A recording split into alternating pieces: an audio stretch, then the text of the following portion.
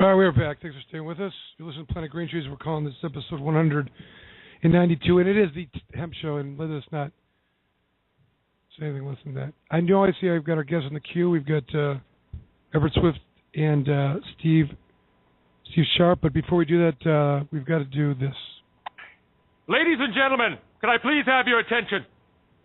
I've just been handed an urgent and horrifying news story. And I need all of you to stop what you're doing and listen. And with that, Rick Thompson. Thank you, Michael. Hello, everybody. This is the news. I'm Rick Thompson. It is March 27th, 2014. And the Maryland Senate voted to revise the state's relatively new medical marijuana law to make it look more workable and to broaden access to the marijuana for patients who need it.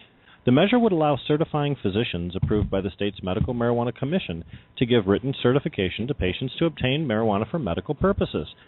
Now, a House version of that same bill would limit the number of growers to 10 for the entire state. The Senate version removes that restriction. Members of the House and Senate were already moving informally towards a version that would likely meet with approval in a conference committee. Now, the state effectively decriminalized possession of marijuana for medical purposes in 2011, but last year the General Assembly passed a medical marijuana bill that restricted the program to academic medical centers. Problem is, those institutions declined to participate. Why? Because of concerns about the loss of funds from the federal government. Maryland's General Assembly is also considering measures that would legalize marijuana or decriminalize possession of small amounts. Now, here's a good one. A former Wall Street banker is now CEO of a company that could eventually turn the legal, medicinal, and recreational marijuana shortage into a myth. The company is called TerraTech Corp., and since 2010, they've made it their goal to set up farming facilities in various states to grow legal leafy greens like basil and thyme, and then gear up to switch over to cannabis as soon as the state legalizes.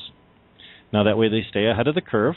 Now, they're a sustainable hydroponic farming company, and everyone on staff is fully trained to cultivate marijuana so that as soon as states legalize, they can easily shift their facilities over, keeping staff and greenhouses intact. Now, what started as a company that manufactured mobile growing facilities in Northern California, has now expanded to facilities across the country, including Florida, New Jersey, and Indiana. A steep drop in the number of misdemeanor marijuana possession charges filed against adults over 21 in the state of Washington after the legalization law does prove the new law is freeing up court and law enforcement resources to deal with other issues. The state chapter of the American Civil Liberties Union found that such low-level charges were filed in only 120 cases in 2013. The year before, 5,531. So just again, 120 versus 5,531. The data strongly suggests that I-502 has achieved one of its primary goals to free up limited police and prosecutorial resources, said a court spokesman. They also conceded the law hasn't fundamentally changed what prosecutors do every day, but when considered more broadly, I-502 has saved resources from basic investigation and filing of paperwork to court time. And in one county, King County, the adult misdemeanor marijuana cases fell from over 1,400 in 2009 to only 14 last year. Those marijuana cases that were filed in the state probably involve people caught with more than an ounce of marijuana, because that's all they're allowed to have. Now, prior to legalization, over 9,000 people were arrested annually for cannabis possession in Colorado alone. The CEO of a partnership at drugfree.org. Now, you remember these guys. They used to be called Partnership for a Drug-Free America. Remember, your brain is on drugs in the 1980s? The CEO of that renamed organization has conceded during an interview that the legalization of recreational marijuana in the U.S. is happening, and he said that it's happening in America, and the partnership has now shifted towards an educational approach on anti-marijuana advocacy, focusing on parents' roles in preventing young children from accessing marijuana. They also view anti-legalization of marijuana commercials as a futile effort, and that while the partnership opposes mass advertising of marijuana in Colorado, quote, nobody believes that the advertising bans currently in place will hold when they are challenged in court. How about some local news? Remember this guy? Our friend George Cushenberry? Remember all the hullabaloo about George Cushenberry, our friend that got pulled over by the police officers?